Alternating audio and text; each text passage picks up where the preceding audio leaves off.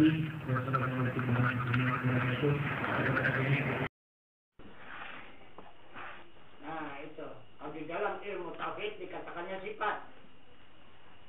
Nah itu, dan kelakuan. Itu yang dikatakannya di surat An-Nur.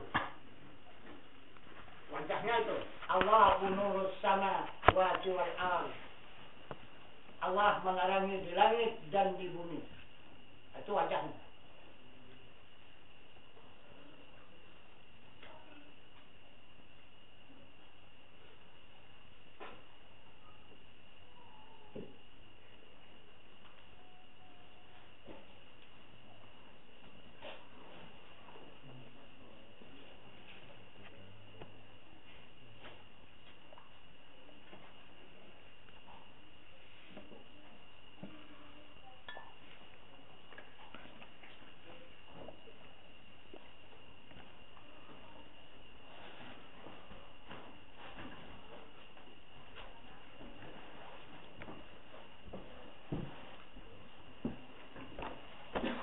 Izin Bang, masalah wakaf Bang itu. Ya. Bila umat memberikan wakaf untuk pengajian, kemudian dipindahkan lagi untuk surau dan akhirnya ke masjid, itu diperbolehkan atau ada memang dibolehkan tapi ada syaratnya Bang? Mohon keterangannya Bang. Mohon keterangannya Bang. Itu tidak bisa dipindahkan. Nah itu, wakaf masjid dipindahkan kepada wakaf surau, tidak bisa. Wakaf kuburan dibikin wakaf masjid, tidak bisa. Tidak boleh memindahkan wakaf itu. Nah itu, kecuali kalau masjid ditingkatkan untuk masjid itu bisa. Nah itu, misalnya ini kan masjid. Nah wakaf masjid kan. Nah, tapi ini tidak membedai lagi.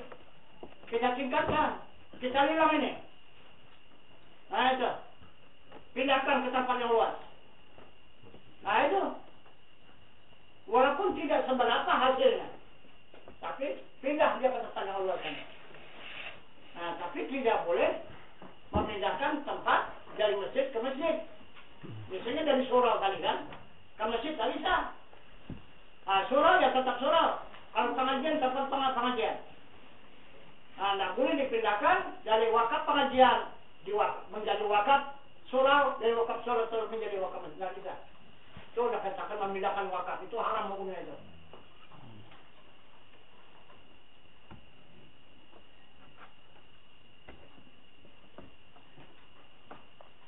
Ini ada kasus Bang di perumahan itu kan Bang. Ya. Jadi kan ada surau atau musola, ada kamar mandi.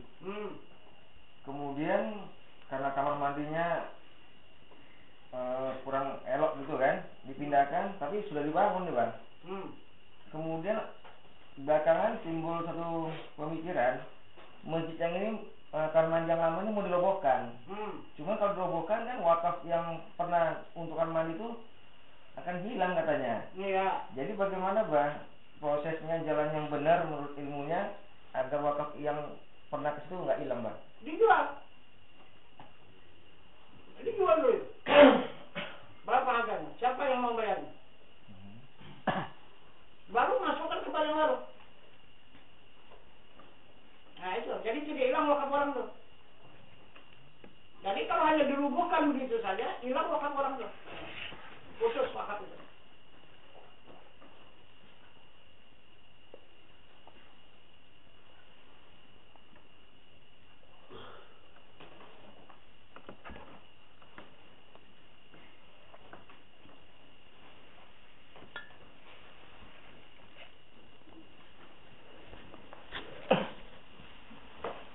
Izin Tuan. Seperti yang Tuan sampaikan tadi masalah masjid itu Tuan. Kebetulan Tuan tempat saya merantau, di situ ada wakaf masjid yang dibangun masyarakat Tuan. Itu sudah lama sekali masjid itu. Kemudian ada dibangun masjid yang baru lebih megah Tuan. Jaraknya dengan masjid yang lama hanya sekitar 80 meter Tuan. Jadi kalau setiap waktu sholat ataupun Jumat itu memang suaranya Tuan berlaga Tuan, sangat mengganggu. Ya. Tapi masjid yang lama ini Tuan, hampir tidak ada jemaahnya, terus banyak pindah ke masjid yang baru itu Tuan. Iya. Ini kan jadi kasus kalau seperti yang Tuan sampaikan tadi, gimana kira-kira itu masalahnya Tuan jadi? Itu pindah Tuhan namanya. Tandingan. Jadi sekarang dia salah sudah berpindah Tuhannya. Tidak menyembah Tuhan yang lama lagi. Tandingan tuh. Jadi masjid lama rumah siapa? Rumah Allah. Yang baru rumah siapa? Hah? Rumah Allah. Dua Tuhannya kan? Ayo. Yang mana Tuhan yang mana yang dibatalkan?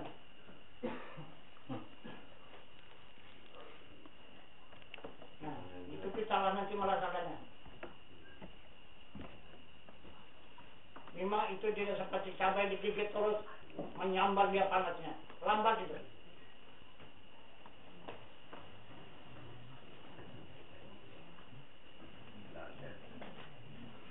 Tapi lambat laun kita kena.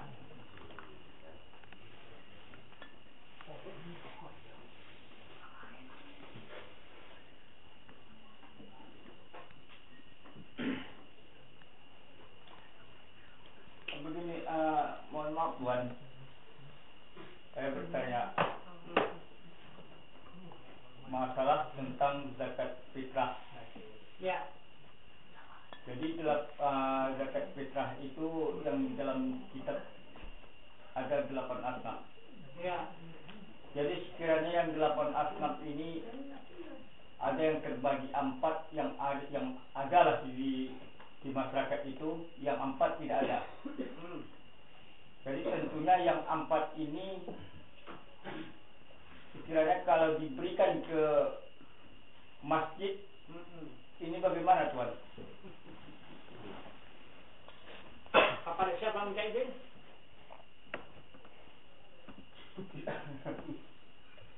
Kepada siapa minta izin? Tidak ada yang minta izin kepada siapa. Itu. Karena kan ada yang punya milik itu kan? Iya ada.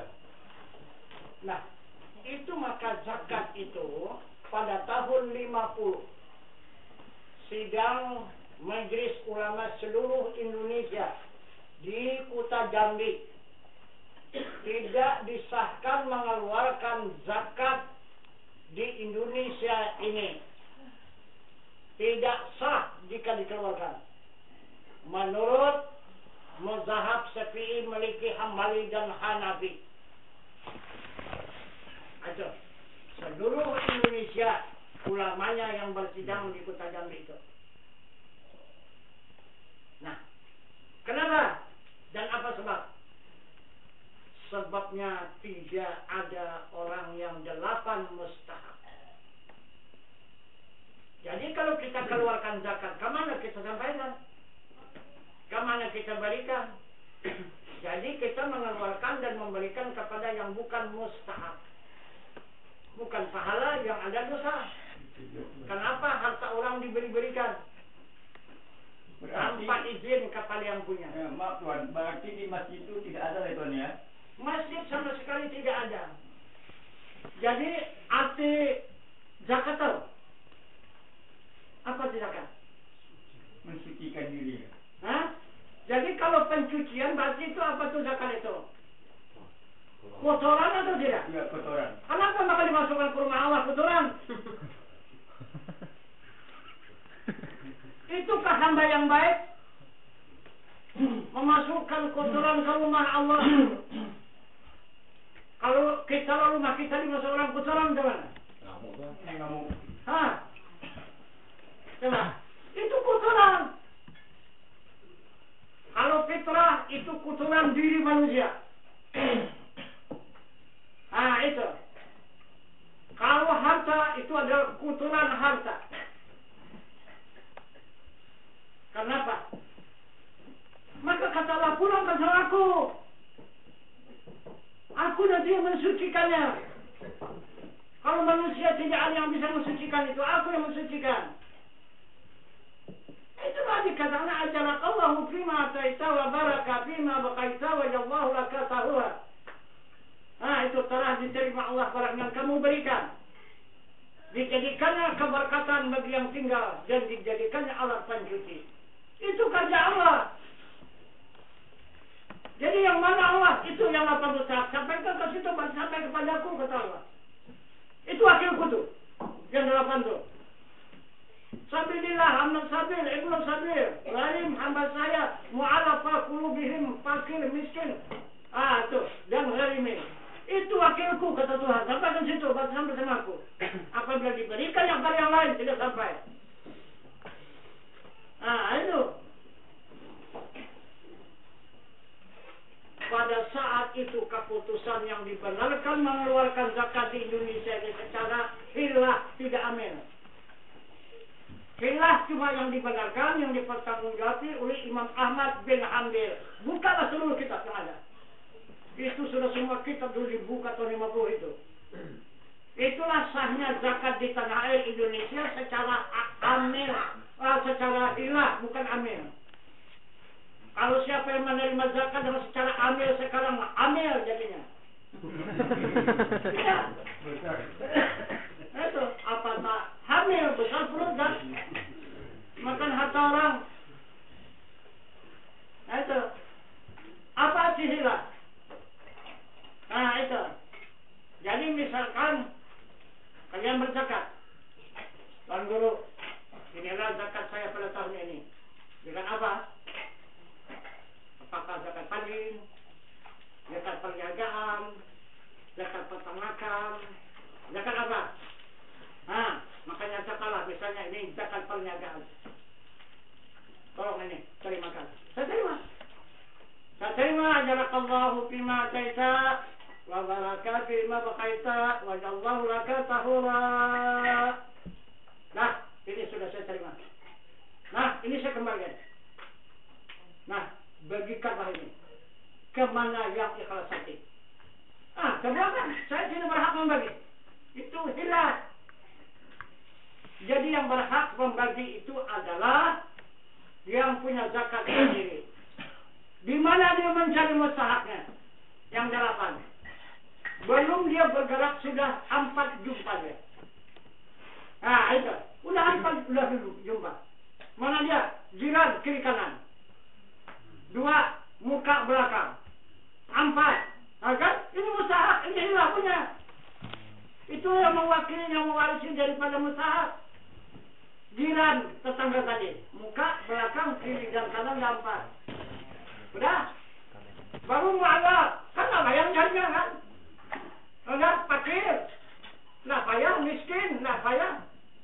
Itu apalagi fisabilillah itu 2 dia punya penerima tadi. Itu 2 mustahak dia terima si penerima tadi. Haknya ada 2. Jadi hak menerima dan hak mustahak. Dia adalah orang fisabilillah yang menerima tadi. 2. Jadi sama kiri kanan dalam. 3 2 coba. Payah lagi baginya 2 tu. Semua lebih pun. Mustahak yang 8 itu secara hilaf. Ini yang dipertanggungjawabkan oleh Imam Ahmad bin Hanbal, orang Yamani, adik daripada Imam Ghazali. Itu yang mensahkan zakat di tanah air Indonesia. Keputusan di semenjak tahun 50 sampai sekarang tidak pernah berubah itu. Mana orang berubahnya? Itu tidak dibikinnya amil, panitia. Kan tidak berubah kan? Panitia, bukan amil. Kalau amil tidak salah, dia sudah tahu. Panitia penerima zakat dan fitrah. Itu.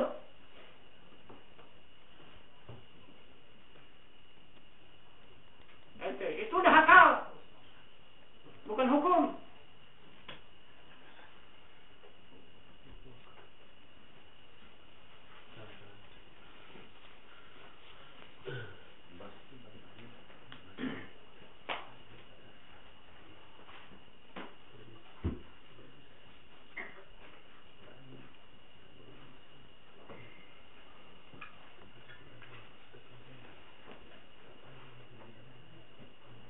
Itu ada dulu sejarah di Kalimantan.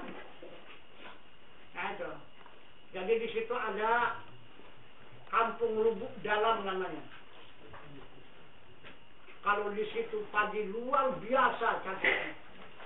Mewah betul orang tuh dulu di situ. Itu padi yang ditanam itu, sesudah ditanam, diketam, hasilnya, sudah hasil nanti kan ada tumbuh lagi dia tuh. Jedingnya ya, jedingnya itu. Nah, itu nanti berzakat lagi tuh.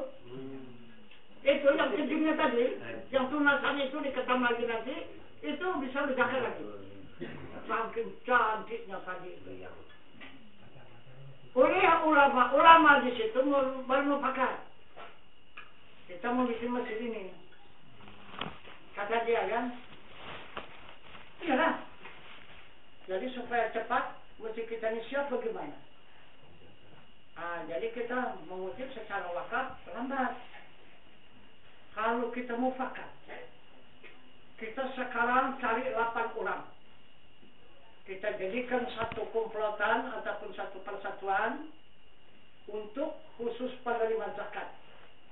Jika ada orang melakukan zakat, yang 8 orang inilah berangkat menerima zakat itu, kemudian diangkat semua hasil zakat itu, kita jadikan ini bangunan masjid. Wah, kalau gitu cocok juga itu. Yalah kalau begitu. Jadi putuskan mufakat dan musyawarah itu, terjadilah pelaksanaannya. 3 tahun dilaksanakan pengutipan itu, maka jadilah masjid itu. Bukan cantik-cantiknya masjidnya itu. Nah, itu. Udah, mulailah diresmikan salat Jumat. Jadi di samping masjid itu kolam. Nah itu, kolam dibikin kolam bukan tanah. Tanah itu tanah datar, dia akan tanah rata. Dekat air. Dibikinlah kolam 5 kali 20 meter. Dilantik kolam itu kiri kanan untuk orang mengambil untuk mengambil air sembahyang di situ lah, di kolam itu berjijil keliling. Nah gitu, untuk mau melaksanakan salat Jumat. Ada satu orang, kira-kira 10 meter jaraknya dari rumah ke masjid. Tidak pernah menengok masjid dari pertama dibikin sampai pelaksanaan. Tidak pernah ke masjid. Asal orang kumpul nanti di masjid, dia pun meninggalkan rumah, pulangkan dia. Ada benda diginikannya, ditengok orang itu getah burung, getah lidi itu. Nah itu, pakai bambu, pakai sarung bambu gitu. Nah itu, dijepitnya gini, ini dia. Jadi, malam orang banyak kan, coba tengok pelan. Tanggung jawabnya. Orang melaksanakan salat Jumat, dia mencari burung. Nah itu, macam mana kita bikin itu? Tiap Jumat begitu. Kalau tidak Jumat, enggak. Jumat aja bikinnya. Jadi di depan masjid itu ada balai namanya kan. Jadi orang-orang yang belum naik ke masjid, di balai itu dulu. Yang cerita lah, yang hafal lah situ, mengadakan pertemuan pertama di balai. Sudah pertemuan di balai baru naik ke masjid. Gitu. Jadi itu tadi begitu setiap Jumat. Datang kata si imam. Coba kira-kira adakah yang berani menanya dia itu? Apa sebabnya maka dia tidak mau datang ke masjid ini? Bolehlah.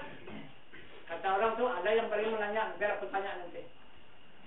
Jadi tanya, Pak, Bapak sudah lama usahakan melakukan salat Jumat ke masjid, sehingga ke masjid pun tidak pernah. Apa Pak sebabnya? Maka tidak mau ke masjid. Nggak ada pakaianku. Itu cuma alasannya, pakaianku nggak ada. Oh itu. Yalah, baiklah. Pulanglah utusan tadi. Bilangkanlah sama guru, bilangkan sama imam-imam dari situ. Apa katanya? katanya tak ada pakaiannya. Oh, baiklah kalau begitu. Jumat muka akan kita berikan pakaiannya.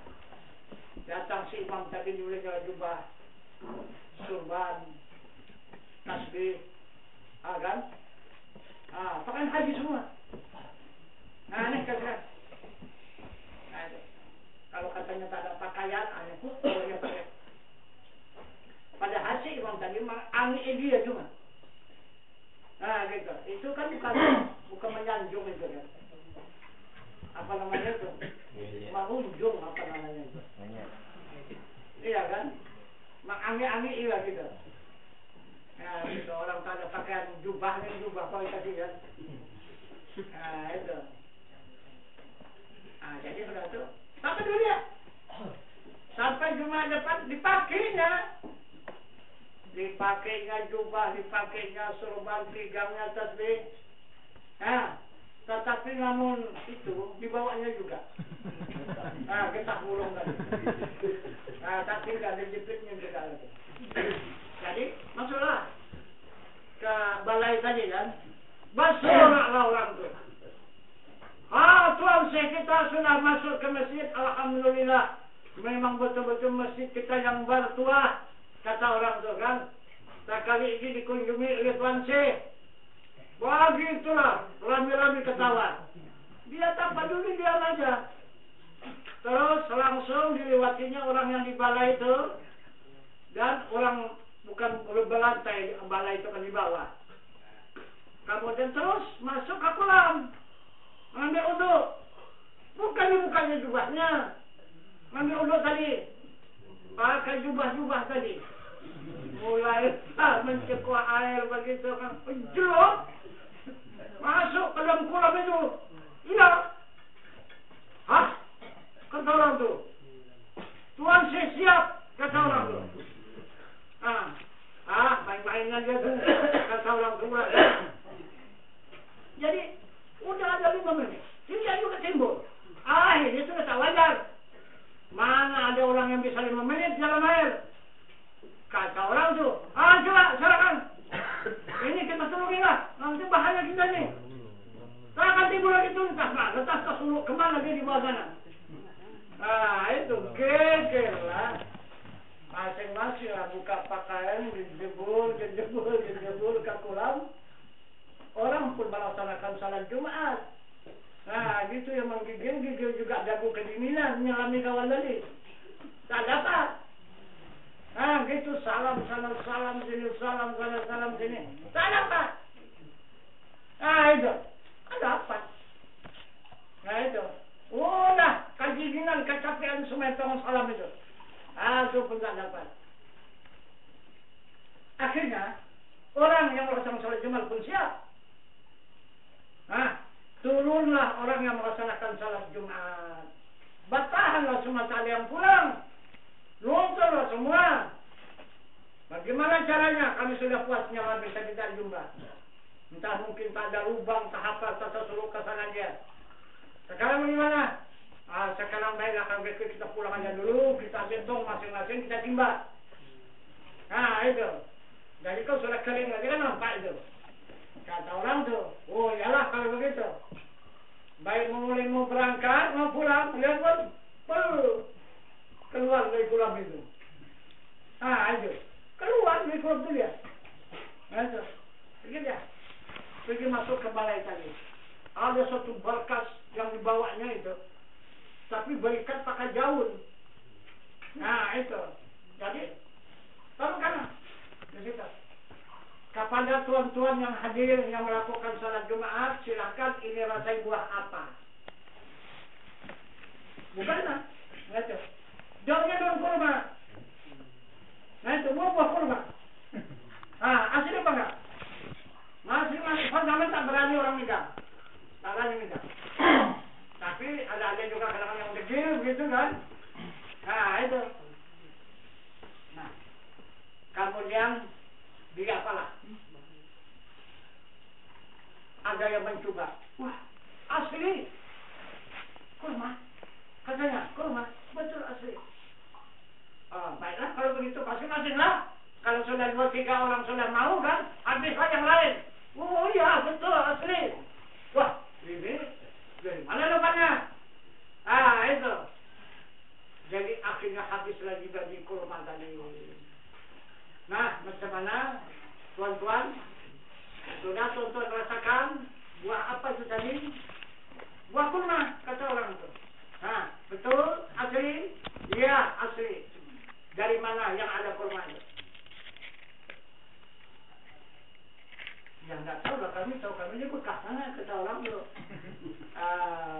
Itu dikatakan ini adalah kurma dari Madinah. Ini bungkus ini daunnya. Ini daunnya. Ini boleh diambil boleh petik. Itu maka berbeda rasanya sama kurma-kurma yang ada di sini. Ini baru dipetik.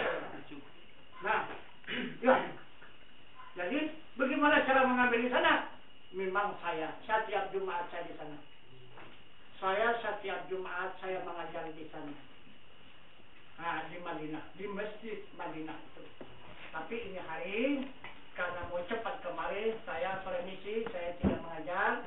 Saya wakilkan kepada saudara saya yang lain untuk menyampaikan pelajaran. Nah, jadi inilah kitab saya yang saya ajarkan. Rupanya bambu tadi kitab. Dan 3 orang getah gulung tadi. Kitab digulungnya. Ada nih. Tunjukkan. Itu ditinggal kitab tadi hadis kudusi. Wah. Ini sudah luar biasa kata orang ini bukan manusia biasa lagi. Ini bukan timbangan kita ini gitu. Nah, akhirnya menyerahlah orang itu semua, meminta ampun, meminta maaflah sama dia. Jadi kenapa Tuhan selama ini tidak mau memijak masjid kami ini? Begitu dekatnya rumah Tuhan dengan masjid. Saya bukan tidak mau ke masjid, saya mau. Itu, tapi ini yang kalian bikin ini bukan masjid. Itu. Kalau yang dikatakan masjid itu rumah Allah yang suci. Ini kenapa maka kotoran? Ini kotoran semua ini. Wah, marahlah orang. Dikatakan kotoran apa? Itu kotoran siapa? Itu. Nah, baru ditunjukkannya. Inilah kotoran dari orang-orang utusan Allah yang ada di muka bumi ini. Ini yang kalian jadikan bangunan untuk kalian beribadah kepada Allah. 1000 tahun kalian beribadah tidak akan diterima Allah kalau kalian beribadah itu di tempat kotoran. Ini kotoran fisabilillah, abna sabil, ibnu sabil, amba sahaya mu'alafa kulubuhum gharinin, fakir miskin, orang yang berhutang. Ini kalian bangunkan. Ada kalian permisi sama dia? Ini kenapa harta orang kalian bangunkan, harta kalian kemakan sama? Itu barulah. Ini kenapa? Kenapa harta orang yang kita bangunkan, harta kita tak mau kita bangunkan? Itu. Padahal itu dari kotoran semua. Boleh nanti periksa. Ini kejadiannya di Lubuk Dalam. Itu di kampung Kalimantan itu, kampung ayah saya itu. Itu. Sampai sekarang masjid itu masih ada. Tapi sekarang diselimuti oleh akal. Karena bangunannya itu adalah kayu ulin yang tidak akan bisa lapuk. Itu. Berapa ratus tahun saja itu tidak bisa lapuk itu kayu ulin itu. Dari mulai tigangnya, dindingnya, atapnya semua kayu ulin semua. Itu. Dari kayu semua itu. Dia cuma hanya berumut. Kalau lapuk tak mau. Itu kayu ulin itu. Itu. Jadi tetap salah. Ditinggalkan langsung. Masjid itu tutup. Tidak lagi dimasukin di situ. Ganti yang lain. Itu. Barulah dia ikut salat. Di masjid yang lain itu. Karena tidak bercampur lagi dengan itu. Ini sudah pernah kejadian itu. Jadi siapa yang menunjukkan itu? Wali Allah. Jadi rupanya orang itu jadi wali Allah. Itu.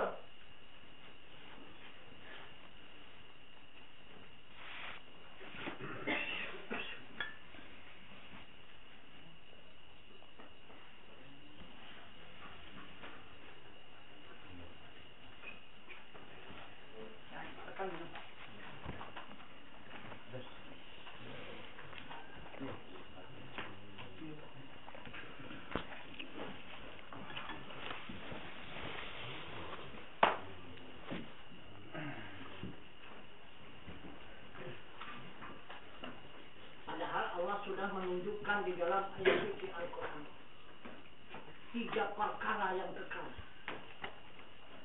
Nah itu, walaupun hamba Allah itu sudah kembali di sisi Allah, maka tidak akan putus hubungan dengan dunia ini. Pertama, anak yang saleh. Kedua, amal yang saleh. Ketiga, sadaqatun jariyah. Ah, itu sedekah jariah. Kita berdarma, berwakaf ke masjid itu sedekah jariah namanya. Nah, itu. Kenapa maka harta orang yang kita berikan?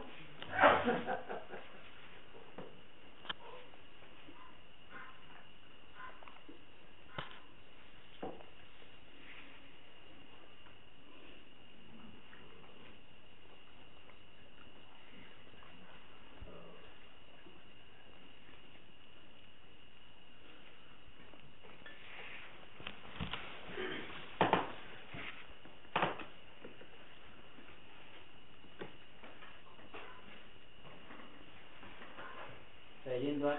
Ya. Berarti dalam menurut keterangan tadi nggak ada lah kilah-kilah hukum di situ, nggak ada kayak Tuan ya. Masalah keterangan tadi, masalah masjid tadi Tuan. Iya.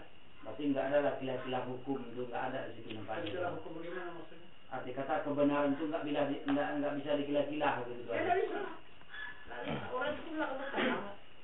Berarti kalau begini Tuan, di sini kalau kita periksa secara nyata, pasti nggak ada lah masjid yang sesuai dengan keadaan tadi Tuan. Iya. Berarti kalaupun kita masuk ke masjid itu tujuan untuk sholat, jadi ceritanya untuk memain lah jadi niat kita Tuan. Karena masjid yang dimaksud seperti itu tadi sulit kita cari sekarang Tuan. Itu tujuannya untuk memain aja lah ke masjid. Jadi kan? Iya. Artinya mencari masjid yang bersih lah. Mencari masjid yang bersih lah Tuan. Iya, betul lah.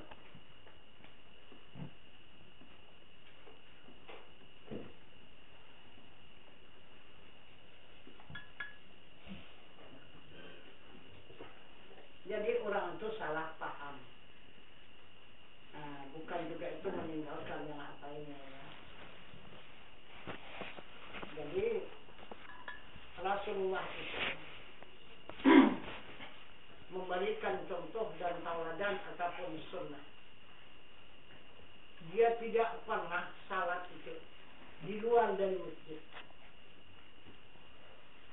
Dia tiap-tiap salat itu tetap di dalam masjid. Nah itu, cuman kita salah paham. Yang mana salat, mana masjidnya yang disalati oleh Rasulullah? Nah itu, Masjidil Haram, Masjid Baitul Muqaddis, Masjid Baitul Ma'mur, dan Masjidil Aqsa. 4 masjid. Di dalam 4 masjid itulah dia melakukan salat.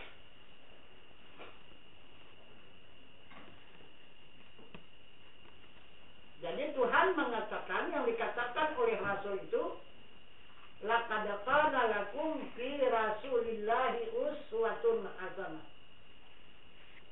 Telah ada atas diri Rasul suri tauladan yang baik bagi kamu.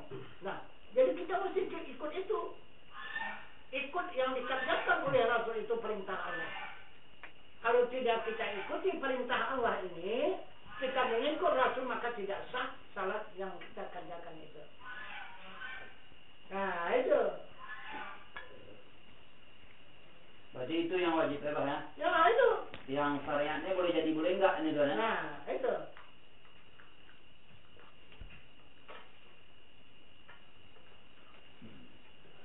Itu yang tak boleh ditinggalkan. Jadi masjid yang 4 itu yang ditunjukkan oleh Rasulullah dengan perbuatan itu semuanya ada di diri manusia. Nah itu di diri manusia. Apa dia yang dikatakan oleh Rasul itu masjid? Ilmu. Itu masjid.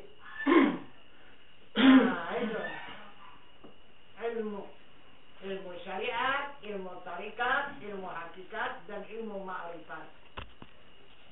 ilmu syariat Masjidil Haram, ilmu tarikat Masjid Baitul Muqaddis, ilmu hakikat Baitul Ma'mur, ilmu ma'rifat Masjidil Aqsa. Itu.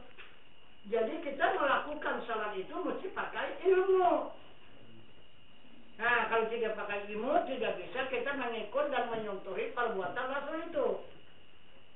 Nah, itu mesti pakai ilmu, kita mengikutnya. Nah, itu. Karena Rasul pun mengatakan kepada kita umat dengan ilmu. Nah, itu.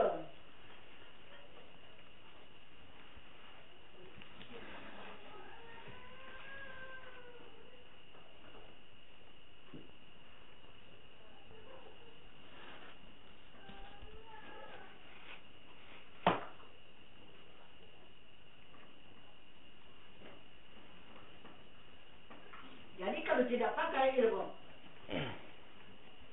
siapa yang kita sembah di dalam salat itu?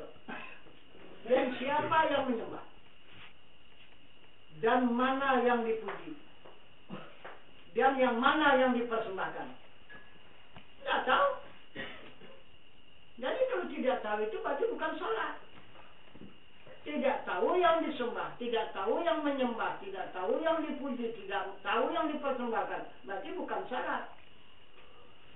Itu hanya permainan, bermain-main, bukan salat itu.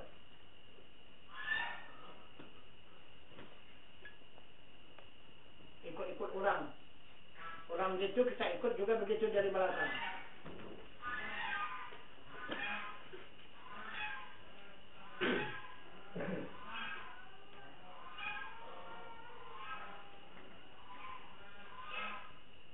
Maka salat itu kita ikut Allah dan ikut Rasul. Nah itu, jangan ikut yang lain.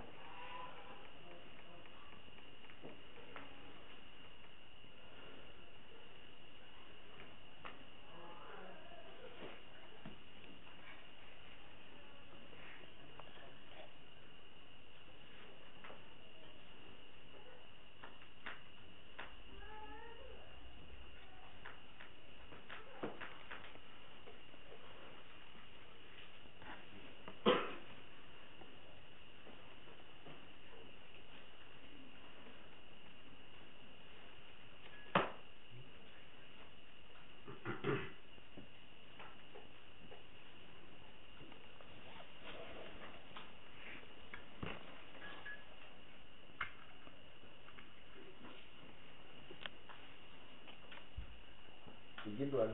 Iya. Sholat itu mengikut Allah dan mengikut Rasulullah. Iya. Seandainya saya ini nggak bisa mengikut Allah,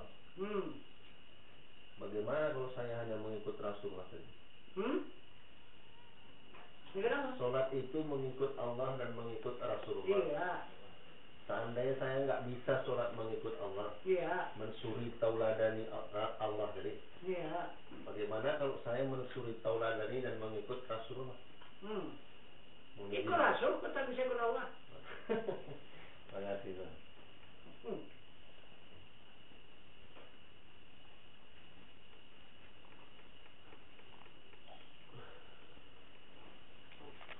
Izin lagi Tuhan. Iya. Jadi dalam tausiah yang Tuhan sampaikan bahwa di dalam 3 bejana tadi yang berurutan tadi adalah ilmu, iman, Islam, sabar, fikir, nuh, hikmah. Iya.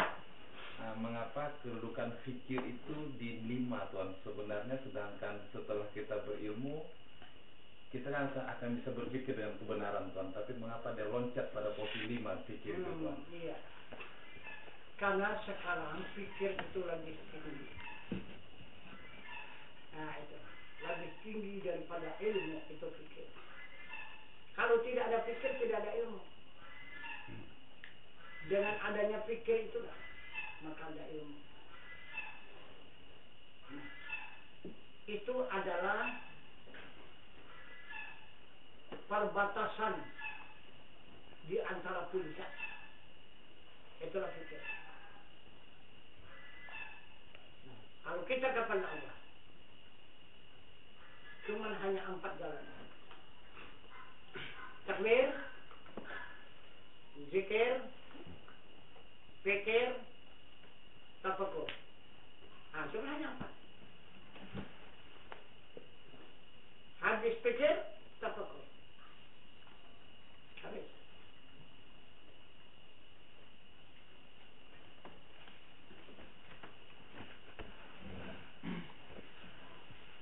Takbir, menjalani afal. Takbir, menjalani asma. Apa zikir? Ya. Takbir, menjalani afal. Zikir, menjalani asma. Fikir, menjalani sifat. Tafakkur, menghadap kepada zat. Hanya 4.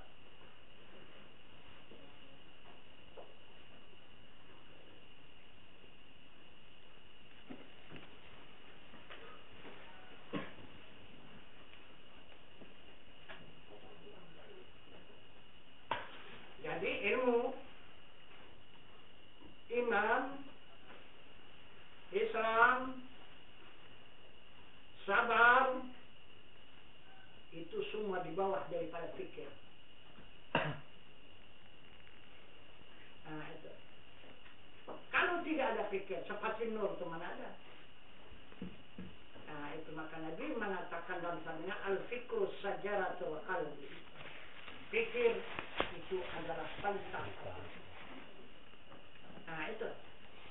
Yang menjadi nur itu adalah fikir. Itu. Kalau tak ada fikir, mana ada nur? Itu. Gelaplah hati. Itu.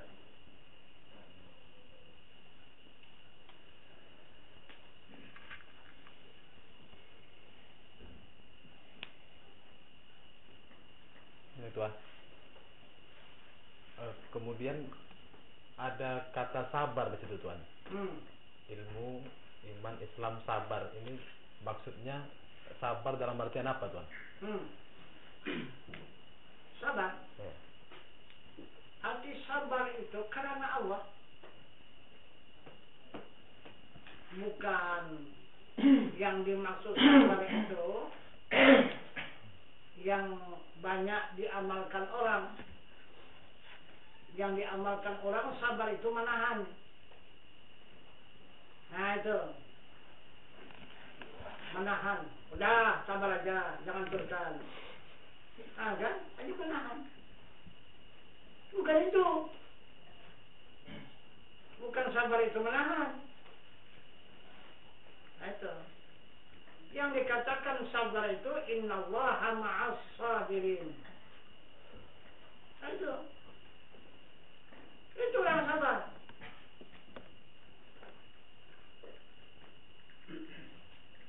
Orang yang beserta Allah. Bukan menahan. Itu orang yang sabar.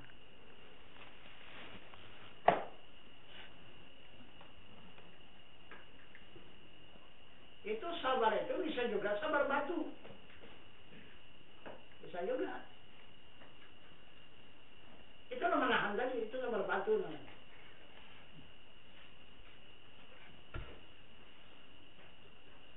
Coba lihat batu. Nunggu dia di gunung sana. Datang orang. Di dinamitnya, gedegum katanya. Hancur. Batu itu. Udah, diam. Juga sabar. Ya. Datang terat. Gedegam, melimparkan ke dalam sak itu kan. Aduh. Bawa entah kemana. Iya kan? Udah tuh dicurah kalau dia gedegam ke jalan sana. Udah? Sabar? Ya. Aduh. Udah tak lama. Datanglah apa? Mesin roll itu. Iya kan? Gitu. Gedegap, gelegap, lumat. Yang hancur, yang terbenam begitu kan. Dah, sabar. Nah, udah siram pakai aspal yang panas itu. Iya kan? Tuh. Udah, sabar aja, sabar. Diam aja. Itu sabar batu namanya. Bukan begitu. Nah, akhirnya terus jadi jalan, jadi aspal. Selama hidup tidak akan bangun-bangun dari situ. Nah, itu sabar batu namanya itu. Jadi yang dikatakan sabar innallaha ma'as sabir itu berusaha. Misalnya hari ini tak berduit. Nah, begitu. Tak ada duit 1 sen pun. Jadi gimana? Sabar. Adakah nanti yang terbang dari udara karena uang datang? Ada. Itu orang berani menentang namanya, itu orang berani itu. Nah, gitu. Menunggu kedatangan uang yang terbang. Iya kan? Nah, dia berusaha aja. Itu yang orang yang sabar, berusaha. Nah, itu wa tawakkal 'ala Allah. Itu sabar. Nah, itu dia bertawakal. Nah, itu kalaupun ada dapat uang tadi dari hasil tawakal. Nah, itu yang dikatakan innallaha ma'as sabirin. Nah, itu bertawakal kepada Allah. Nah, itu.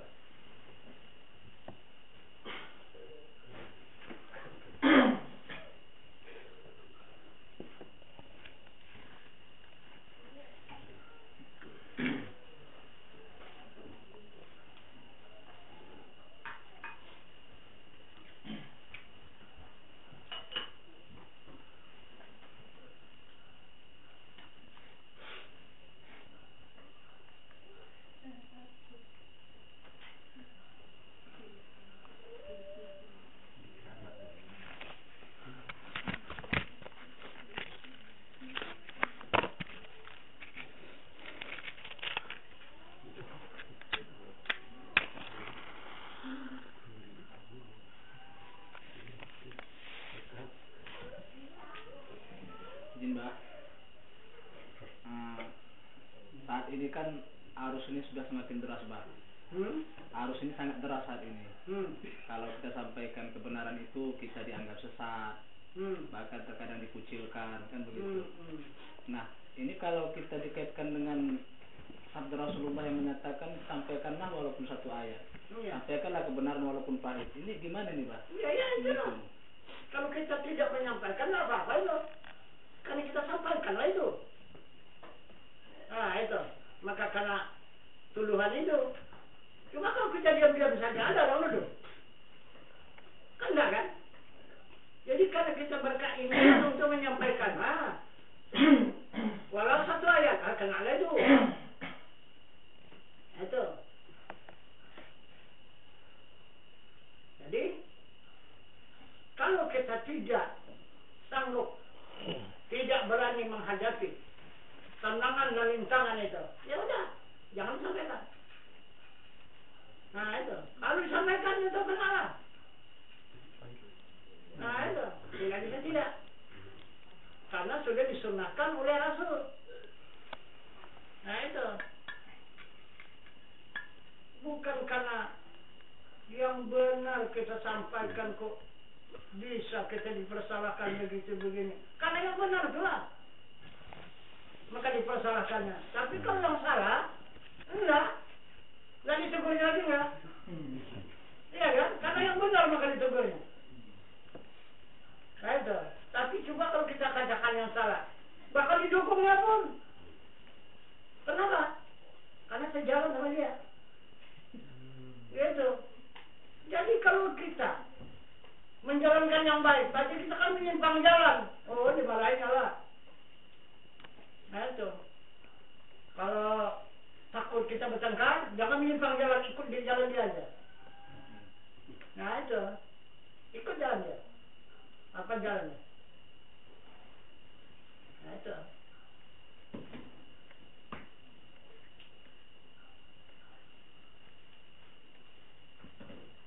Nanti ada saat dan waktunya.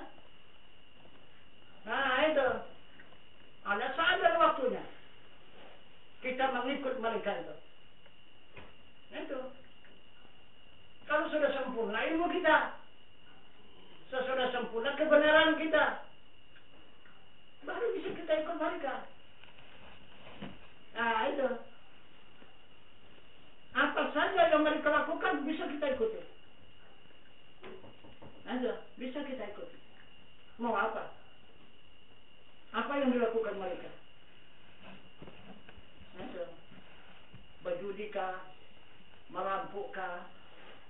Apakah pekerjaan mereka itu bisa kita ikuti? Nah itu. Tapi mereka berdosa, kita tidak berdosa. Nah itu bisa kita ikuti. Nah itu macam-macam seperti kiai-kiai dan syekh dulu kan. Nah gitu. Dilarangnya orang berjudi, bersabung ayam. Dulu judi yang terbesar sabung ayam ya. Nah akhirnya dia ikut sabung ayam. Nah itu. Tapi sesudah habis nanti dimusnahkannya ayam orang tu. Nah baru nanti ditariknya orang tu. Sikit-sikit. Habis. Tak bisa melawan dia lagi kan. Sedangkan ayam aja pun sanggup melawan dia. Apalagi orangnya. Ayamnya aja pun sanggup melawan. Nah dari situ orang sadar. Orang mengerti. Wah ini ilmu yang benar. Nah itu barulah sadar dia. Nah itu. Ada dulu orang juga dari Kalimantan. Itu ahli dadu. Nah itu. Tidak bisa kalah. Siapapun imbang tak bisa kalah. Nah dadu macam mana saja pun jalannya. Tak bisa kalah. Nah itu. Orang yang jadi bandarnya dia menang. Dia yang jadi bandar apalagi. Nah, apa dadu yang dibikinnya? Bisa kalian bikin dadu itu kalau mau main dadu. Kita berkawan atau bersahabat. Kita berjanji. Kalau kau duluan mati ya, aku ambil tulangmu. Boleh apa enggak? Ya, boleh. Kalau kau juga duluan mati, aku ambil juga tulangmu. Boleh. Ah, berjanjilah kita. Salah satu meninggal. Ambil ini tulang ini. Ini bikin dadu ini. Ini dadu ini untuk dadu ini. Tulang ini. Ini tulang yang paling bulat ini dia. Padu lagi pun bulat. Ini tulang ini. Ah, ini. Ini tulang dadu ini. Yang tulang dadu itu. Nah itu. Jadi bikinlah dadu tadi. Nah gitu. Jadi membikin matanya itu ada amalannya. Pada hari ini bikin mata 1, hari ini bikin mata 2, hari ini bikin mata 3. Nah sehingga 1 sampai mata 6. Nah sesudah jadi barulah kita kendurikan. Siapa tadi? Arwahnya tadi kan. Nah gitu. Kirim dulu arwah. Arwahnya yang punya tulang tadi kan. Kali makan dulu arwahnya. Nah, lalu apa? Gagal memang gini. Nah, bentar. Sekarang. Silakan, tikam. Datang ahli tikam judi itu. Di mata 6, pasti. Nah, udah. Saya sudah pasti apa lagi? Udah tikam. Wah, apalagi tikam lah, ini pasti mata 6. Gedegap. Dia tikam orang itu. Kita bilang, siapa nama saudara kita tadi? Yang punya tulang tadi? Wah, itu kan ya matanya. Bikin mata 2. Nah, udah. Buka mata 2. Tahu. Habis. Putar lagi, tang. Silakan. Tegang. Nah itu. Masing-masing mengintai, masing-masing mengintip. Mata 1. Nah, tikam, silakan. Ada yang mau habis. Tikam, alih. Pasing, mata 1. Datang tikam bilang, pulang. Putih 3 ya. Nah. Balik dia. Nah, keluarnya 3. 3 habis. Kau. Oh, ini tak betul. Ini bandarnya nih Nukoh. Asal silakan. Sudah muter, silakan. Turunkan. Berapa modal? Keluarkan. Ini modal. Nah, ini pakai tali. Mainkan. Putar. Nah, itu. Udah? Udah. Ulang, mata satu ya. Ini setika mata satu. Ini mata satu. Nah, itu. Jadi yang memutar tadi. Bukan. Bukalah. Buka. Pasti mata satu. Orang kita bilang apa? Mesti itu dia. Lalu itu. Itu. Itu maka pasti menang. Orang pun mutarnya kita menang. Kita pun mutarnya apa lagi? Karena kita atur, mau aja dia. Itulah. Apa hubungan itu? Apa hubungan?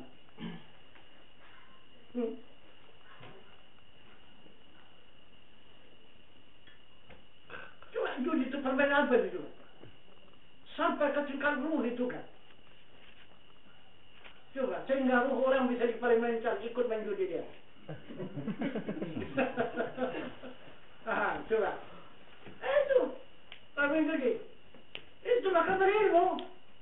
Main judi pun silakanlah, tapi berilmu. Iya.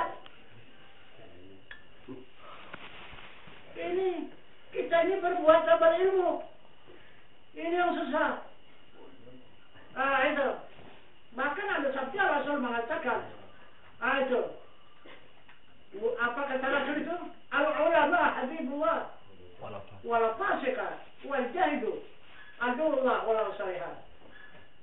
Adapun orang yang berilmu itu kekasih Allah jika fasik sekalipun. Ada orang tidak berilmu itu orang yang jahil, satu Allah jika salih sekalipun. Itu tidak berhenti melakukan amal ibadah, tapi adalah musuh Allah. Kalau tidak berilmu, itu hadis sahih itu, hadis Rasulullah. Nah, coba. Jahat-jahat orang berilmu hanya fasik saja hukumnya. Kekasih Allah. Coba, mana? Berjudi pun dia kekasih Allah. Mana? Itu. Itu pentingnya ilmu.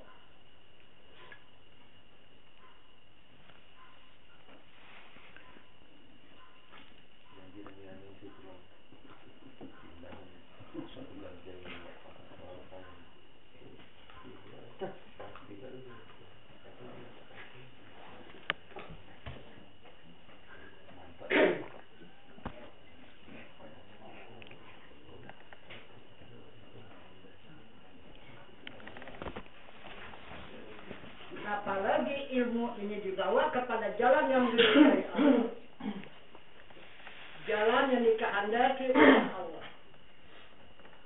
Itu maka Rasulullah mengatakan duduk saja, duduk. Itu 1 jam di dalam majelis ilmu. Seperti ini. Lebih mulia daripada beramal 70 tahun. Kita bengkok. 70 tahun beramal, berzikir. Ulang 1 jam duduk. Itu. Bohong itu Rasulullah. Coba bohongkan. Itu. Kenapa tidak percaya kepada Rasul? Jangan. 70 tahun apa tak bengkok itu? Kalau kita beramal. Bengkok lah badan tu. Coba orang 1 jam aja duduk. Lebih mulia lagi kata Rasul. Yang 1 jam itu. Daripada orang beramal 70 tahun. Coba. Itu maka bilang banyak sudah dibunuhkan oleh Rasulullah. Itu tidak dipercaya orang lagi sekarang Rasulullah itu. Itu cerita aja Rasulullah itu bohong semua itu. Tak percaya sama Rasulullah. Karena kata-kata Rasul tidak jadi itu. Kita sampaikan perkataan Rasul yang benar. Katakan yang salah. Coba.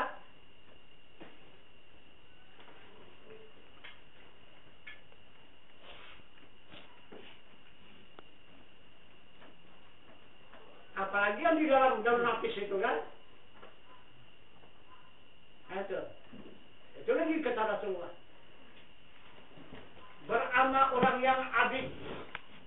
Nasional itu yang taat ibadah. 1000 tahun lamanya. Lekuk batu tanpa dia sujud itu dah. Udah belok udah batu tanpa dia sujud 1000 tahun. Beramal orang yang ma'rifah, yang kenal kepada zat Allah.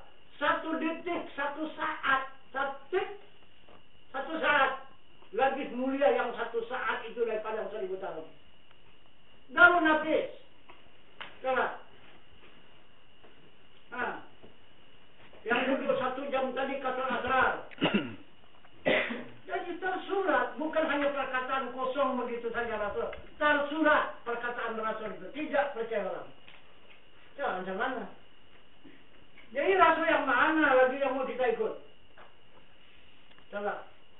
Rasul yang diutus Allah tidak kita percaya.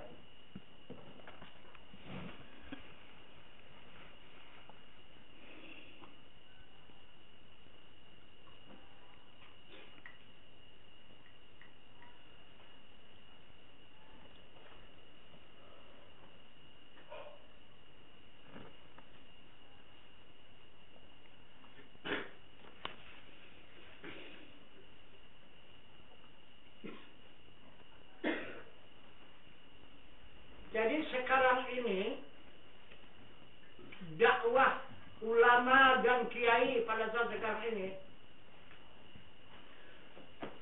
akhirnya kesimpulan dakwah agama ini yang disampaikan oleh para wali-wali Allah dulu di muka bumi ini akhirnya menjadi kesimpulan Tuhannya itu adalah wanita.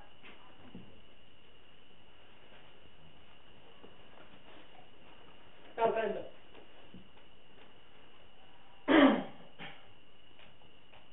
Cobalah sekarang di film-film TV yang dimainkan oleh para kiai-kiai pada saat sekarang ini kan, yang mengaku kiai, padahal bukan kiai itu. Nah, tapi dia mengaku kiai, Kiai Sunan Giri, Sunan Bunang, Sunan Ampel, Sunan Kalijaga, Sunan apa kan habis baru nih kalau buat diri itu apa kan? Nah itu, seperti Sunan Gunung Jati kan? Nah itu, bukan orang-orang yang bikin Sunan, anak-anak aja bikin Sunan. Melantau ke negeri Cina, kan? Nah, gitu mengamalkan agama di negeri Cina itu. Jadi perkembangannya apa? Bikin perubatan. Saya dihembus-hembusnya orang yang sakit itu sembuh. Jadi berkumpul orang. Senanglah. Memuji kepada Sunan. Tertolong umat. Tertolong masyarakat. Mudah kali kalau kita kena penyakit. Dan mudah sembuh. Datanglah ketua-ketua orang Cina itu ngamuklah. Woi, kita bisa biarkan. Ini adalah merusakkan negara kita, bangsa kita. Ini kita usir, kalau kita usir kita bunuh. Itu. Jadi akhirnya berhubunglah dengan anak orang Cina tadi. Si Pak Kiai tadi. Jatuh hati lah pula. Begitu. Akhirnya cintalah anak orang Cina tadi kepada Pak Kiai. Pak Kiai ini pura-pura jual mahal. Hebat kan? Pura-pura jual mahal pula kan? Gitu. Jadi akhirnya main berperang lah. Bersama perang batin, sehingga sampai ke perang jahil. Kalau jahil dia kan orang ahli Satarya. Itu kan perkembangan di situ kan orang-orang Satarya semua itu kan. Gitu semua memperkaya ilmu kekuatan batin. Katakan orang Cina ini kumpul-kumpul apa tuh nggak sanggup menghantam Satar itu. Jadi akhirnya itulah diancamlah habis-habisan. Itu kalau tidak meninggalkan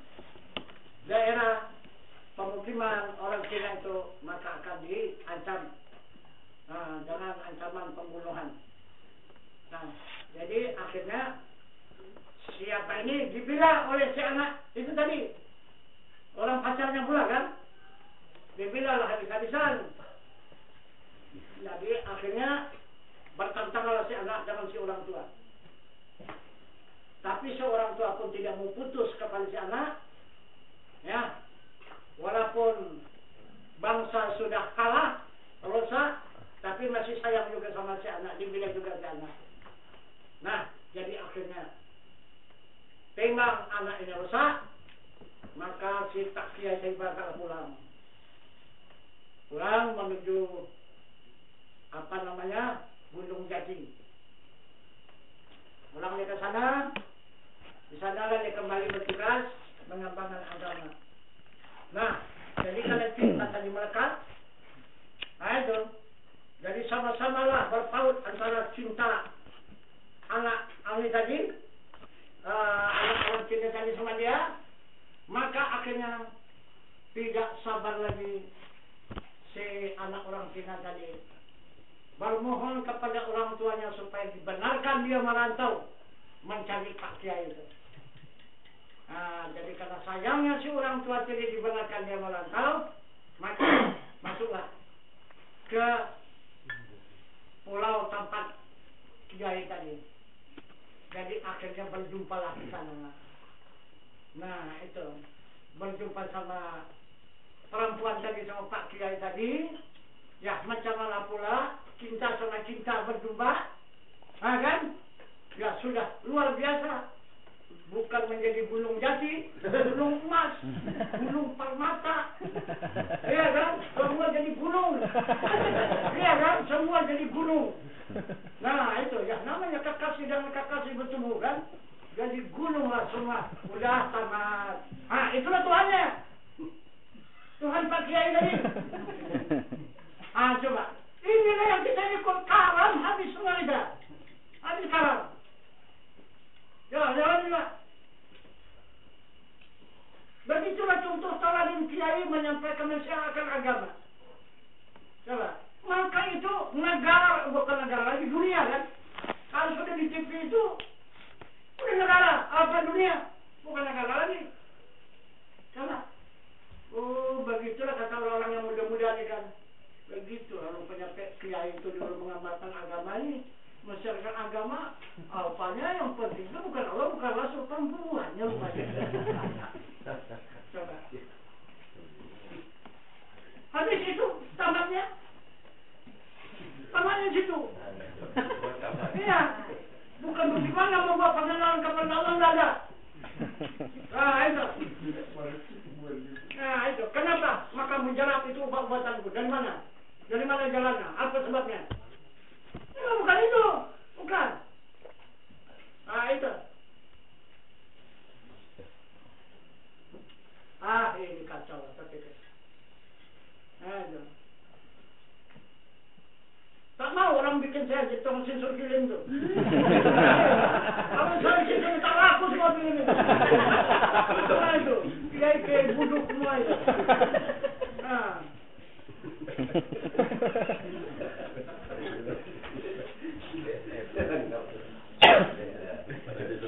Coba yang macam yang satu itu Kiai sama Kiai berpisah. Iya kan? Yang satu sebentar sakit jantung, lumpuh. Ah, gitu mengalah anak istrinya. Yang satu asik imbang saja. Awas ya, kalau celaka anakku, aku imbangnya. Kiai sama Kiai ini apa? Yang mengadu, yang merusak anak kemalaannya. Gitu yang mengadu domba. Tapi Kiai sama Kiai ini berperang. Siapa salah istrinya? Jangan begitu Pak Kiai. Tapi bukan Pak Kiai bilangnya Abi. Nah, sebutan Abi kan Abi. Sabarlah. Kita kan ikuti agama. Jadi istrinya yang berdakwah kepada suaminya, oh kurang ajar Kiai, kurang ajar. Istrinya disuruh apa? Berdakwah sama dia. Udah apa itu disiarkan? Bodoh betul. Dayus. Ada disuruh. Jadi kenapa hukum dayus itu maka diajarkan? Kok dayus itu? Wah kacau juga. Jadi kalau sekarang memang film-film memang menyesatkan betul. Itu hati-hati lah itu. Nah itu. Boleh kita tuntut, tapi disensor. Nah itu dibatalkan. Iya. Ya, tapi kalau tidak berpengalaman yang tak punya ilmu, gimana jelas? Wah, itu kan kiai-kiai dulu gitu ilmu yang hebat kan? Itu dulu ilmu yang hebat, itulah ilmu itu yang benar. Yang dikatakan oleh kiai-kiai padahal tidak begitu. Nah itu dia menyamar hanya menyerupai kiai.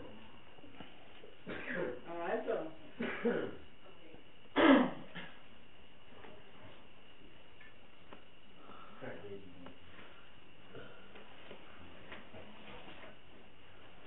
Lumayan lagi apa, nonton apa, malam bir. Iya kan? Itu malam bir itu siapa ilmu? Lumayan. Nah itu kan, siapa yang kuat itu? Grandong. Coba siapa? Grandong. Tidak, yang kuat itu apa? Coba, apa yang dimainkannya? Nur kan cahaya kan? Kalau kiai cahaya putih, kan? Kalau apa? Malam bir cahaya hitam, yang lain cahaya merah dan sebagainya kan? Itu dia, itu ilmu semua. Jadi itulah ilmu ditunjukkan rupa daripada ilmu. Itu penunjukan apa rupa ilmu. Nah itu. Cuman kita tidak sampailah dengan mata kepala menyaksikan cahaya ilmu itu cukup dalam batin, hanya dirasakan. Nah itu ini cahaya apa, ini cahaya apa, ini cahaya apa. Kalau cahaya ini orangnya, kalau cahaya ini orangnya, kalau cahaya ini orangnya. Nah kalau misalnya kalau cahaya ini nabi, kalau cahaya ini adalah malaikat, kalau cahaya ini adalah jin. Nah kalau cahaya ini adalah setan. Nah itu. Nah itu lumayan sedikit. Nah itu.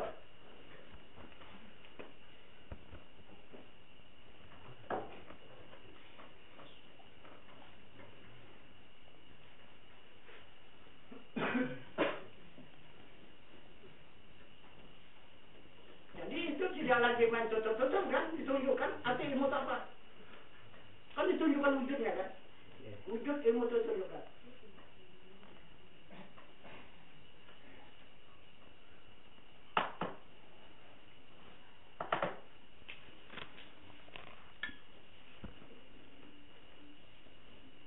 Jadi sudah jelas ilmu itu bukan yang berbentuk wujud manusia itu.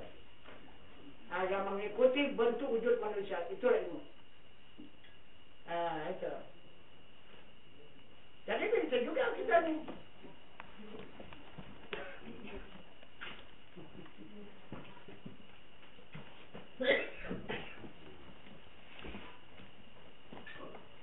Jadi izin Tuan. Iya. Jadi kalau kita lihat sejarahnya sampai terjadi begini Tuan. Iya. Jadi luar biasa betul penjajah Belanda itu oleh pemimpin-pemimpinnya sehingga ulama itu dibinasakan Tuan. Iya, Sehingga sampai sedemikian parahnya kerusakan bangsa Indonesia ini Tuan. Iya. Jadi yang ingin saya tanyakan Tuan, jadi hikmah apalah sehingga kita bisa dijajah Belanda nih Tuan? Hikmah apa sehingga kita terjajah sama Belanda nih Tuan? Apa hikmahnya sebenarnya di balik itu Tuan? Hikmahnya? Iya Tuan. Nah, jadi hikmahnya itu supaya kita itu dapat kebenaran yang sejatinya. Nah itu. Kalau tidaklah begitu ujian yang begitu berat, maka tidak tahu mana yang sebenarnya. Jadi dengan adanya ujian-ujian itulah timbul kebenaran. Itulah hikmahnya. Nah itu. Mana yang sejatinya Islam itu. Nah, mana Islam itu yang palsu. Nah itu. Maka sedikit saja. Nah Islam itu yang benar itu. Yang kebanyakan Islam itu Islam kafirin. Islam munafikin. Yang paling banyak Islam musyrikin. Nah, ini perbedaan. Jadi dengan adanya ini maka dapatlah perbedaan satu-satunya. Mana yang kafir? Yang kafir itu Islam ya. bukan Yahudi, Nasrani, Majusi itu bukan itu, udah keluar itu dari apa? Nah, itu sudah ditetapkan Yahudi, Nasrani, Majusi itu udah keluar. Jadi yang dikatakan kafir itu Islam. Nah, itu munafikin Islam, musyrikin Islam, mukminin Islam. Nah, ini yang benar mukmin. Nah, itu. Nah, jadi itu yang dikatakan oleh Nabi, ad-dunya sijnul mu'minin wal jannatul kafirin. Dunia ini neraka bagi orang yang beriman, surga bagi orang yang kafir. Nah, itu. Jadi perlu tahu kita mana surga mana neraka.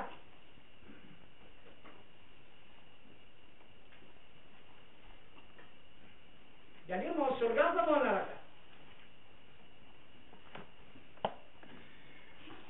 Kalau mau surga nanti sekarang terimalah neraka.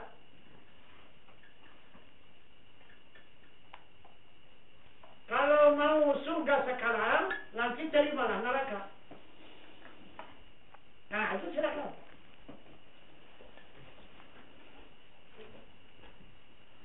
Hidup yang sebentar di dunia ini surga, hidup yang panjang neraka. Jika kita mau mengambil neraka hidup yang pendek ini, maka akan mengambil hidup yang panjang itu adalah dalam surga. Itu dua saja pilihan. Maka itu dikatakan ad-dunya sijnul mu'minin wal jannatul kafirin. Jadi yang dikatakan neraka itu apa? Ini saja. Tidak ada yang menyenangkan. Apabila kita tunjukkan kebenaran itu tidak ada yang menyenangkan. Bukan kita semakin senang kita menunjukkan kebenaran. Makin susah. Nah, itu.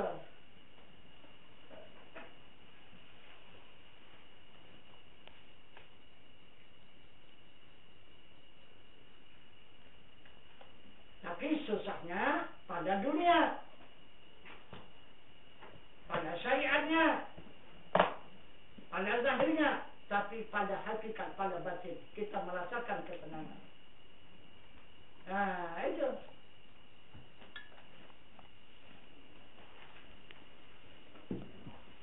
Misalnya kita memiliki harta kekayaan, orang menunduk pasti, wah ini orang yang paling senang. Belum tentu. Enggak, kita yang paling susah. Nah, itu. Kira-kira orang yang tak punya milik harta, wah ini orang susah. Oh, belum tentu. Tadi dia mungkin paling senang. Nah, itu. Bisa saja kita banyak harta benda, tidur malam sudah bisa. Ya kan? Takut tidur malam. Kenapa? Karena kita menjaga harta. Apa tak susah kita menjaga harta?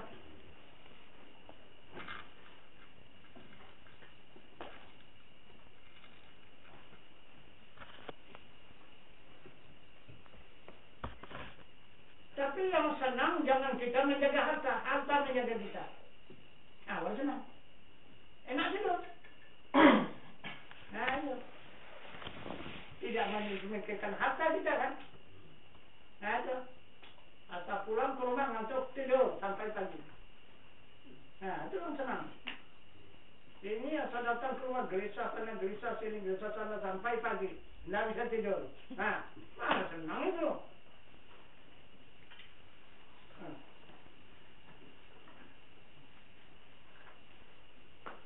Tapi tidak ada orang yang mulus mendapatkan surga itu, tidak ada. Mesti melewati neraka lebih dulu baru mendapatkan surga. Karena itu jalan yang dibikin Allah. Tidak ada yang bisa memperubah jalan itu. Maka dibikin Allah titian shiratal mustaqim. Kan? Apa ini sebarang itu neraka? Itulah jelasnya. Siapa yang sanggup menyeberangi neraka baru dapat surga. Siapa yang tidak sanggup menyeberangi neraka, nah, tak akan jumpa surga. Itu sudah ketetapan Allah yang sudah dipastikan Allah. Orang-orang yang melewati titian siratal mustaqim masuk ke surga. Maka titian siratal mustaqim itu neraka. Nah itu tergelincir, boom, neraka surga. Nah itu lewat baru surga.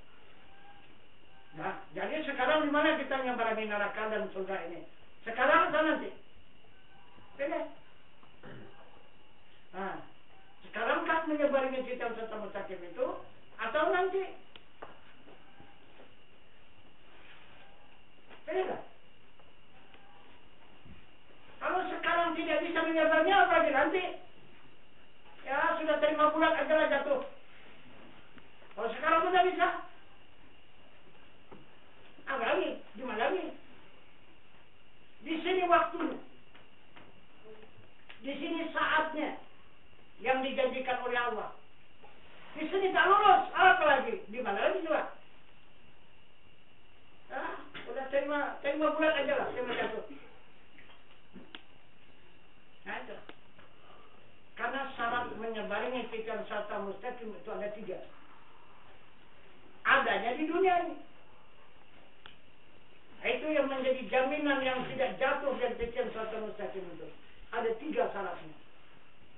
Kalau ada kita memiliki 3 syarat itu, maka dijamin Allah tidak akan jatuh dari titian itu.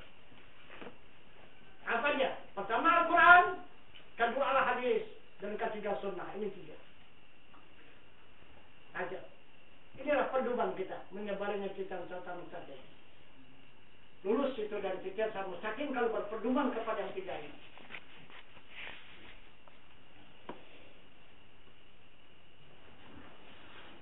Jadi kalau habis dunia ini, Al-Quran, Hadis, dan Sunnah tidak ada lagi. Apalagi jalan? Apalagi syarat untuk menjaga titian siratal mustaqim? Udah terima jatuh aja lah. Ada lagi. Nah, jadi orang yang sudah sampai ke seberang, apa yang dijumpainya? Yang dijumpainya, la ilaha illallah, wahdah, la syarikalah. Nah itu dia. Apabila jumpa dengan ini, udah lulus dari titian siratal mustaqim. Udah kenal kepada Allah kan? Wahdah. Biasa. La syarikalah, tidak ada syarikat baginya. Lulus dari titian siratal mustaqim. Surga lah itu. Itu jaminan Allah. La ilaha illallah wahdah la syarikalah. Itu orang yang lulus dari titian siratal mustaqim. Tidak berjumpa dengan la ilaha illallah. Itu beserta wahdah la syarikalah. Adalah kali itu. Itu.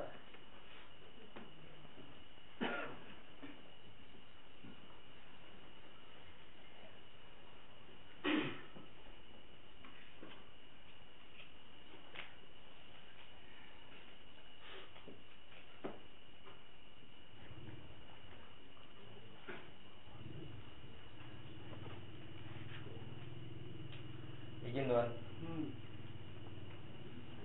Jenderal, kalau ada bintang 10, bintang 10 pun jadilah Tuan. Maupun bintang jenderal yang paling tinggi, ataupun pemimpin, ataupun ya sampai ke yang paling bawah. Ini kan hampir kita lihat banyak sekali terjadi dayus Tuan. Nah kan sekarang kurang seolah-olah berkedok, aku tidak takut, tapi karena mau supaya enggak berantem, supaya ini, nah, artinya kan ditutupin. Pada dasarnya dia kan takut gitu kan Tuan. Ini hukumnya bagaimana Tuan, dan kriteria yang dikatakan dayus ini bagaimana Tuan?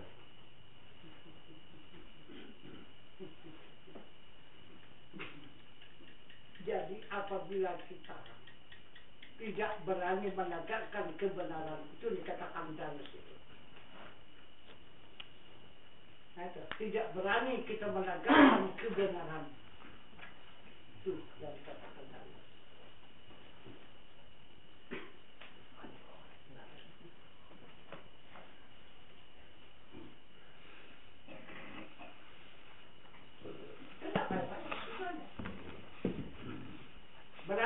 menegakkan kebenaran. Siap dengan risiko itu kan? Ya, sekurang-kurang untuk pribadi sendiri. Tak bisa ke orang lain menegakkan kebenaran diri kita sendiri. Kita tegakkanlah kebenaran di diri kita sendiri. Maka lepas kita daripada dalil.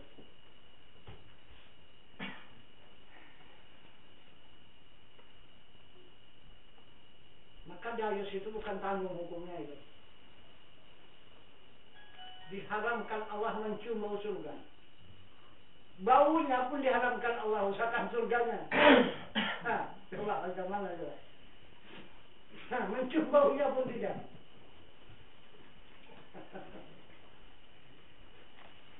Nah, itu maka kita tuntut dulu kebenaran. Kita lihat dulu kebenaran. Dan kita miliki kebenaran. Itu.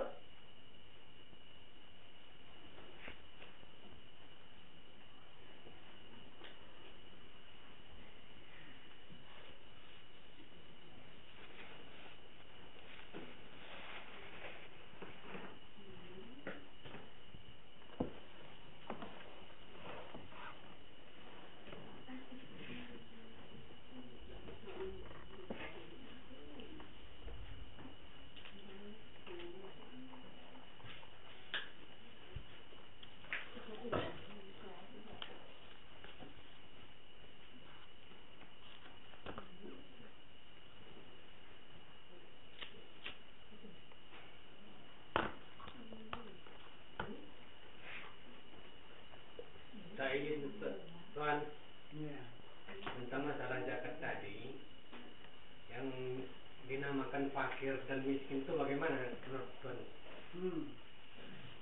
Yang dikatakan fakir itu adalah orang yang tidak ada milik apa-apa. Keluarga pun tidak ada, rumah tangga pun tidak ada, harta benda pun tidak ada.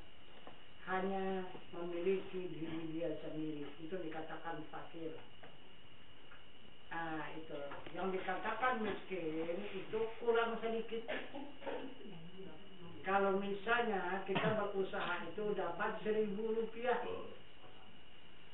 Itu. Kalau kita makan satu hari itu misalnya 12.000 rupiah. Kan kurang kan? Itu masuk miskin. Kurang sedikit daripada berkecukupan itu adalah miskin. Kalau dicari sehari makan sehari cukup itu sederhana. Itu. Tapi ini saya pernah baca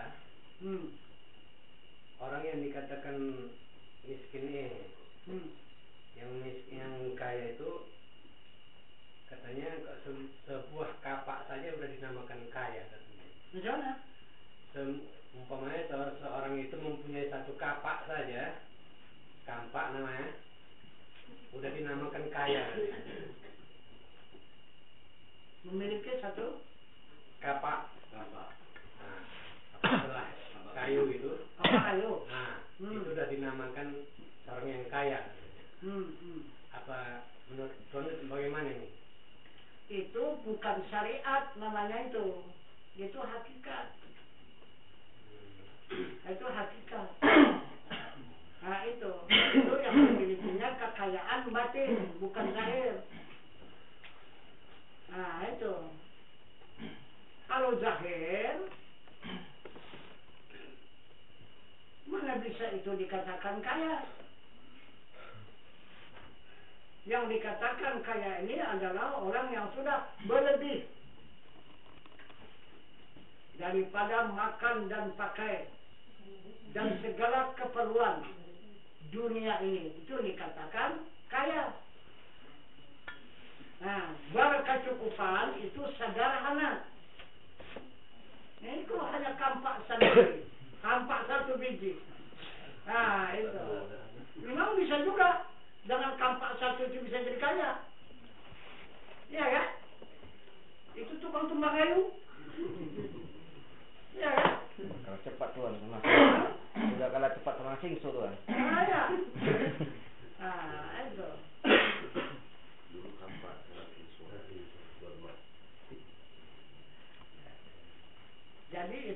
artinya melebihi daripada hakikat tadi, itulah syariatnya sebiji kampak. Gitu, untuk mengerjakan usaha dunia ini. Tetapi yang mengusahakan itu adalah kaya.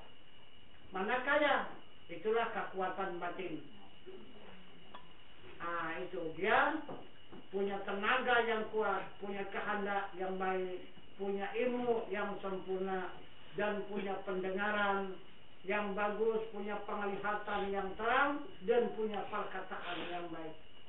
Itu dikatakan kaya. Itu kaya ini di sisi Allah, bukan kaya di sisi manusia. Jadi kekayaan ada dua. Ada yang kekayaan itu di sisi Allah, ada kekayaan di